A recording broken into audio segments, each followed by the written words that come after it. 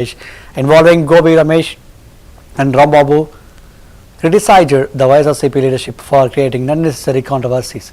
He alleged that attempts to demean a state chief minister through derogatory remarks have led to the instability and unrest among party cadres, disturbing peace and security in the state.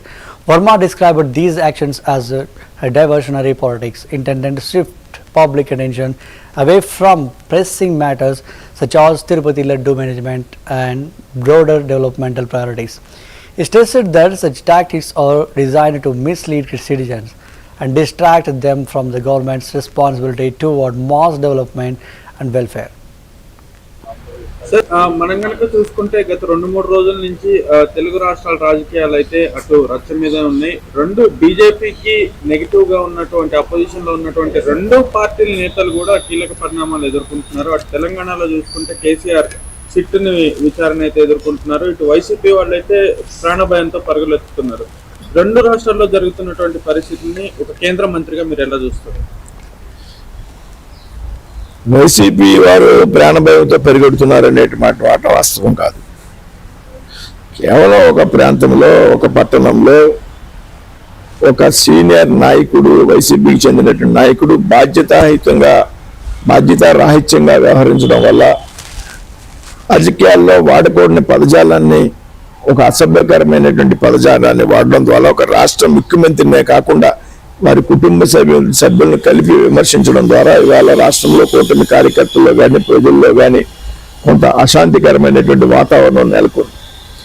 అంత మాత్రానికి రాష్ట్రంలో శాంతి భద్రతలకు విఘాతం కలిగిందని ఆలోచన చేయాల్సినటువంటి అవసరం లేదు.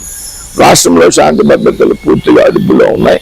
ఇది ఏదైతే ఒక డైవర్షన్ పాలిటిక్స్, ఏదైతే ప్రజల దృష్టిని మరచడానికి, ఏదైతే తిరుపతి లడ్డు అంశం ఏదైతే ఉన్నదో, లేకపోతే రాష్ట్రంలో పెద్ద ఎత్తున జరిగినటువంటి అభివృద్ధి ఏదైతే ఉన్నదో దీన్ని పెద్ద ఎత్తున ప్రజలు స్వాగతిస్తున్నారు. కాబట్టి రాష్ట్ర ప్రజల యొక్క దృష్టిని మరల్చేటువంటి ఆలోచనతో ఈ రకమైనటువంటి కార్యక్రమాలను వైసీపీ రాష్ట్రంలో చేస్తూ ఉన్నది.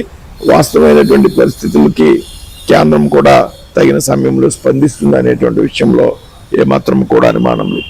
అలాగే తెలంగాణలో కేసీఆర్ గారు చేస్తున్నటువంటి సిట్టు విచారణ ఏదైతే ఉందో అదే సిస్టంలో భాగం. అంతేగాని దానిలో కూడా రాజకీయపరమైనటువంటి కక్ష సాధింపు ఉందనేటువంటి విషయాన్ని నేనైతే ఆలోచన చేయడం లేదు. ఒక అంశం మీద సిట్టు ఏర్పాటు చేయడం, సిట్టు ఏ స్థాయి నాయకుడినా కూడా అవసరమైనటువంటి సందర్భంలో వారిని పిలిచి ప్రశ్నించడం అనేది జనరల్గా రొటీన్గా జరిగేటువంటి సిస్టమ్. అయితే లడ్డు విషయం బయటపడ్డప్పటి నుంచి వైఎస్ఆర్సీపీ డైవర్షన్ పాలిటిక్స్ చేస్తూ ఉంది అని అంటున్నారు. ఒకవేళ లడ్డు అది హైందవ ధర్మానికి సంబంధించినటువంటి విషయం కాబట్టి వైఎస్ఆర్సీపీకి అంత నచ్చలేదేమో, యాంటీ కన్వర్షన్ బిల్ లాంటిది ఒకటి ఆంధ్రప్రదేశ్లో పెడితే మేబీ వైఎస్ఆర్సీపీ కొంచెం ఆలోచిస్తుందేమో సార్. ఒకసారి ఏదైతే వైసీపీ పార్టీ కన్నా ముఖ్యంగా జగన్మోహన్ రెడ్డి గారికి హిందూ ధర్మం మీద, హిందూ ధార్మికత మీద పెద్దగా నమ్మకం లేదనేటువంటి విషయం అనేక సందర్భాల్లో స్పష్టమైంది. గతంలో అనేక దేవాలయాల్లో పెద్ద ఎత్తున దుండగులు దాడికి పాల్పడినప్పుడు అంతర్వేదిలో రగం తగలబెట్టినటువంటి సందర్భంలో కానీ, రామతీర్థంలో రాముడు తలకాయని వేరు చేసినప్పుడు కానీ రాష్ట్రంలో ఏ ఒక్క ప్రాంతంలో ఒక్క నిందితులను కూడా అరెస్టు చేయలేదనేటువంటి విషయం వాస్తవం. అంతేకాదు ఏదైతే సాంప్రదాయానికి విరుద్ధంగా తిరుపతిలో వెంకటేశ్వర స్వామికి పట్టు వస్త్రాలు సమర్పించాలి అనుకున్నప్పుడు మన సిస్టంలో, మన సాంప్రదాయంలో దంపతులు వెళ్ళి సమర్పించాలి.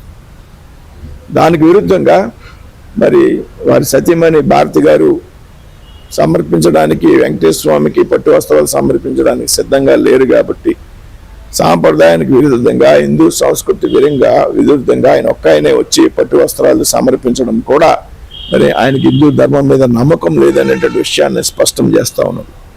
సార్ మరీ ముఖ్యంగా చెప్పాలంటే మొన్న డిక్లరేషన్ టీటీడీ ఆయన గుడికి వెళ్తా అన్నప్పుడు డిక్లరేషన్ అడిగినప్పుడు కూడా నా మతం మానవత్వం అని అన్నారు.